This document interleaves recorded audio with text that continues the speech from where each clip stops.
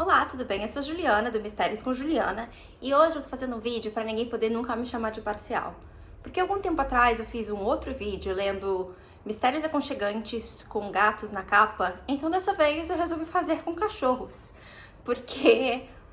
sei lá por quê, porque eu achei que era interessante. É interessante, não sei, vocês vão me dizer. Mas então, aí pra isso eu escolhi 3 livros. O primeiro que eu li foi o The Christie Curse, eu vou colocar aqui embaixo da capa. Esse livro, não gostei muito, na verdade. A nossa protagonista se chama Jordan e ela volta pra cidade natal dela e ela mora com os tios que a gente não sabe muito bem o que eles fazem, mas a gente sabe que eles não costumam obedecer muito à lei. Eles são meio que uns trampiqueiros, basicamente é isso. E daí ela deve muito dinheiro, porque Estados Unidos, né, empréstimo pra fazer faculdade e tudo mais, e ela fez alguma coisa de literatura muito específica. Então ela deve muito dinheiro, e daí uma senhora que é muito rica da região dela abriu uma vaga de emprego, que é uma vaga super secreta, e na cidade ninguém gosta dessa velha, porque a família dela tinha uma fábrica que empregava grande parte da cidade, essa fábrica foi fechada, e ela é a única sobrevivente da família. Então ninguém gosta muito dessa velha. Aí tá, ela vai pra entrevista, a mulher fala assim: o que eu quero que você faça é que você encontre o manuscrito de uma peça da Agatha Christie que nunca foi publicada, ninguém nem sabe o nome, e é isso que eu quero que você faça. Básico, simples, simples, como se isso fosse verdade, né? Porque, abrindo parênteses, a família da Agatha Christie até hoje faz muito dinheiro em cima de tudo que foi publicado com Agatha Christie, afinal de contas, esses filmes aí do Kenneth Branagh estão aí pra provar isso. Mas não só isso, eles têm quebra-cabeça, que inclusive eu ganhei de Natal. Mas tem quebra-cabeça, tem até guardanapo se bobear com Poirot, sabe? Então, eles gostam de ganhar dinheiro. Então, se de fato existisse uma peça nunca publicada da Christie, obviamente não estaria sendo vendida, não estaria sendo vendida no mercado ilegal, assim. Estaria lá em Londres e sendo apresentada e vendendo de graça muito caro, mas tudo bem. Bom, ela aceita trabalhar para essa senhora, porque ela vai pagar bastante dinheiro e ela vai morar na mansão dessa senhora. Só que quando ela tá lá, ela vai descobrindo algumas coisas. Dentre essas coisas que a pessoa que trabalhava lá antes dela, que era um cara, ele morreu de uma forma um pouco suspeita enquanto ele trabalhava. E daí, ao mesmo tempo, vocês devem estar pensando, tá, você tá falando dessa história? E cadê o cachorro? O cachorro não só está na capa, mas assim, ele demora muito pra aparecer no livro. Porque uma vítima tinha o cachorro e ela toma o cachorro pra cuidar, mas no caso ela não pode, porque ela tá morando com a senhora, que tem gatos. Então os tios dela ficam tomando conta do cachorro enquanto a mulher se recupera. É isso.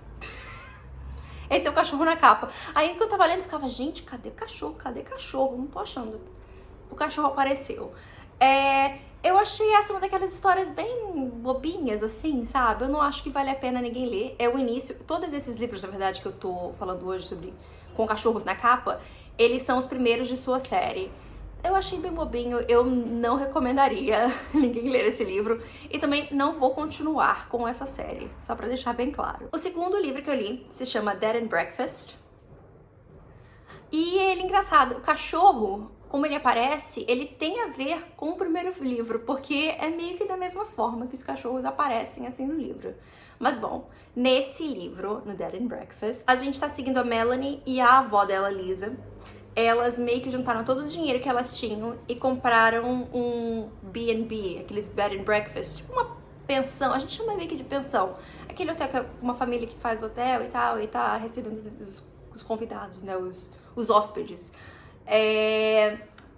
Só que no que elas estão reformando essa casa, que é uma casa bonita, imponente, antiga, elas acidentalmente, ou não, né, não sei, né? Acidentalmente, claro, não tem como, elas descobrem um esqueleto atrás de uma porta que era uma porta escondida. Então elas têm que trabalhar com a polícia, mas o policial é bonito, obviamente. Ele e a Melanie ficam, mas nada acontece, porque afinal de contas é uma longa lista de livros até algo acontecer. E o esqueleto encontrado é da esposa do antigo dono antes delas comprarem para virar hotel. Então elas começam como tem um caso maior acontecendo numa cidade do lado e vários dos policiais tiveram que ir pra essa outra cidade, a investigação delas meio que fica parada. Só que elas precisam abrir o hotel para poder ter dinheiro, porque elas investiram todo o dinheiro delas ali. Então elas começam a investigar por conta própria para poder assim reabrir o hotel. No caso, abrir de vez o hotel, porque o hotel nunca chegou a ser aberto, né? Então, esse eu já achei mais divertidinho, mas assim, bem bobinho também, tá? Eu acho que assim, Mistério Aconchegante, esses livros assim, desse estilo assim de capa, eles são bobinhos, mas tem os que são bem escritos, em que as coisinhas se encaixam, sabe? Todas as pecinhas se encaixam. E você não fica... "Ah, era óbvio."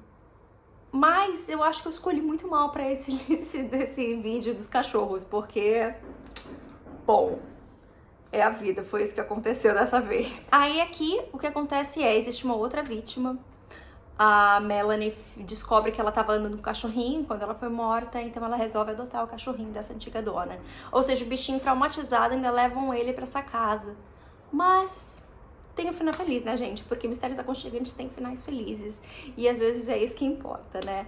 Então, esse é o Dead and Breakfast. Não é tão ruim quanto o primeiro, não me ofendeu tanto pessoalmente quanto o primeiro, mas... acho que não vou continuar. Ah, esse tem uma coisa que eu já ia esquecendo de falar. Olha, gente, que absurdo. Quem sou eu para esquecer de uma coisa tão importante? A casa, reza a lenda de que tem um fantasma nessa casa. Então elas meio que ficam escutando esse fantasma, só que a Melanie não quer aceitar de forma alguma que é um fantasma e a avó quer fazer marketing para as pessoas ficarem lá através do fantasma. Então tem essa brincadeirinha com o paranormal também. Esse último, agora, o terceiro que eu li para esse vídeo, se chama Death by Committee. Tá aqui. A gente tá acompanhando a Abby. E essa é uma série longa de livros, se eu não me engano, tá? A tia preferida dela morre. E ela herda a casa dela nessa cidadezinha. Então ela vai com o cachorro dela pra lá. E elas têm uma casa e uma casinha menor. E essa casinha menor tem um veterano de guerra dos Estados Unidos. E daí ele é todo bonito e sei lá o que, mas meio grosseiro e tudo mais. E bom, eles estão lá tentando conviver, quando de repente o cachorro está cavando no quintal e encontram um corpo. Esse corpo é de uma senhorinha que a gente descobre que era a rival da tia da Abby. Então todo mundo meio que fala, foi a sua tia que matou ela, não é verdade, minha querida? E ela fala, impossível, minha tia nunca faria isso, ela era uma senhorinha tão boa, ela fazia isso, fazia aquilo, todo mundo gostava dela. Então a Abby começa a investigar esse caso pra limpar o nome da tia dela. Só que aí ela começa meio que a virar um alvo desse assassino. Então coisas estranhas acontecem, sérios atentados, a gente pode chamar de atentado, assim. E esse cara, que é o veterano de guerra, ele começa a ajudar a se aproximar dela por causa disso. Achei bem clichê, na verdade, mas eu sei que muitas pessoas gostam dessa série de livros, então... talvez daremos uma chance no futuro. Esse de todos, assim, é o menos, com a história menos elaborada, mas eu acho que é o que menos me ofendeu, assim. Porque às vezes, quando você tenta inventar, tipo, a Agatha Christie tem uma peça que nunca foi publicada, você fala... a suspensa da descrença às vezes é um pouco difícil, sabe? E nesse daqui, como ele é bem simples, assim, a história, é mais fácil e você consegue, pelo menos, se apegar um pouco mais aos personagens, menos ao possível interesse romântico, que pra mim ele não é nem um pouco interessante, na verdade. Ele é extremamente desagradável. Parece aqueles livros, sabe quando você pega aqueles livros de romance escritos nos anos 2000, que os caras são super insuportáveis, mas aí a mulher fala, é tipo o Mr. Big de Sex and the City. É tipo isso, sabe? Aí você fica... por quê? Por quê? Mas bom, é isso. Esses foram os 3 mistérios aconchegantes que eu li com cachorros nas capas. Então eu queria saber de vocês. Vocês já leram algum livro com cachorro na capa? Algum mistério aconchegante? Tem algum que vocês recomendam? Ou... até tem um do Poirot, né? Que é, eu esqueci o nome eu esqueci agora o nome do livro. Mas que é com cachorrinho, né? Que o cachorrinho talvez matou seu dono ou não. Está envolvido na morte. Então, é isso. Então, eu queria que vocês deixassem as suas próprias recomendações aqui embaixo. Dá um like, por favor, e segue o canal. E até a próxima. Tchau!